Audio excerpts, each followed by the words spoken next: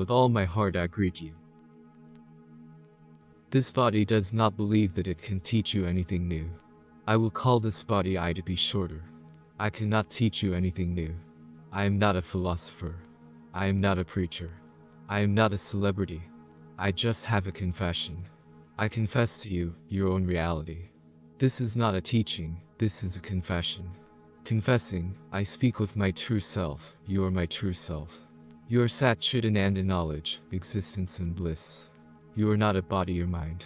What you seem to be not the truth may be a fact, but it is not the truth.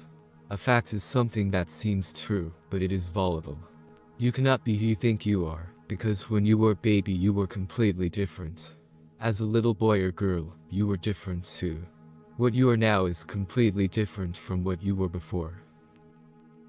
Therefore, how can you be a body? What do you have? Who are you? Sat Chit Ananda. What it is. When I say this, it means absolutely nothing. This should be your own experience. Do not believe not a single word of mine. Why do you believe me? What do I know? I simply confess to you that there is only Par Brahman, consciousness, bliss, being, awareness, pure intelligence. This is my experience. There is nothing else. Everything else is experiences of the mind, appearances, like hypnosis. The world seems real, just like a dream. Everything else is experiences of the mind, appearances, like hypnosis. The world seems real, just like a dream. What is the world? It's the same as waking up and still remember a dream. In a dream you went to different places, got married, you had children, you got old, then you wake up and half remember the dream, and half remember the world in which you woke up. Which of them is real? Peace or dream? My experience is that they are the same. There is no real difference. You become attached to this world, just as you become attached in a dream. It is as if you were dreaming that you are falling from a mountain, and I am falling next to you. I would tell you, don't worry, nothing will happen to you, you are dreaming. You would not believe me, you would be filled with fear and say, don't you see, we are falling, don't you see what is happening? How can you tell me that I am dreaming?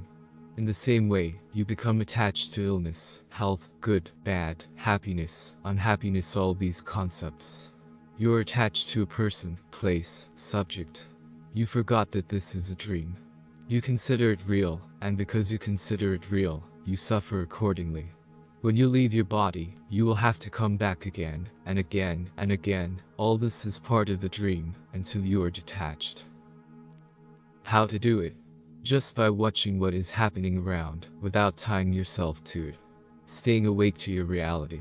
Realizing about yourself that you are not a doer. Everything you do is predetermined. It will be done. You must mentally let go of all conditioning, all that is objective. Be sure to calm your mind. Make your mind as serene as a still lake. Then reality comes on its own. Happiness comes on its own. Peace comes on its own. Love comes on its own. Freedom comes on its own. These words are synonyms.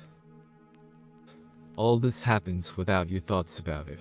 But first you must get rid of the idea that I am a body, or a mind, or a doer. And then everything will happen on its own. Be calm and know that I am God. There was one girl who was born in a brothel. On the contrary, on this street, in the market, there was a preacher, a holy man. He praised the virtues of God and told of the brothel that he was filled with sinners, and that people should repent. The girl who grew up in a brothel was 23 years old.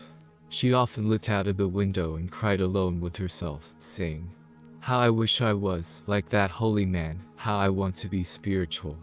She imagined herself a holy man and continued to do her job. And so they both grew old and died. They go to St. Peter at paradise.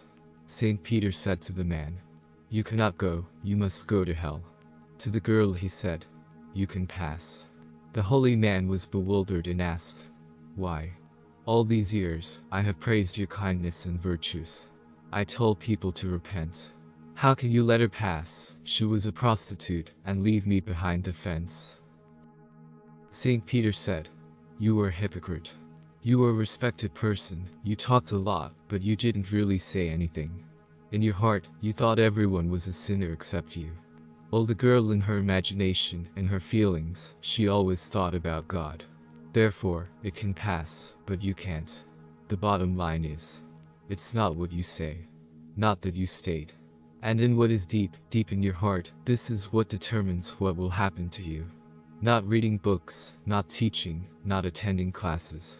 And to sit with oneself, to calm down, to go deeper and deeper into oneself. To go beyond your mind, body until something happens. When thoughts come to you, just ask yourself, to whom do these thoughts come?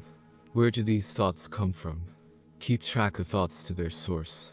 Discover the source of your thoughts. You will find that the source of thoughts is the self. Track the I to its source, asking the question, who am I? Or where is the source of I? Where did this I come from? You realize that the pronoun I is the very first word that has been spoken. Everything else is attached to the I. All other words, all other thoughts, feelings, emotions, they are all attached to the I. If the I dissolves, the same thing happens with everything else, and you become free.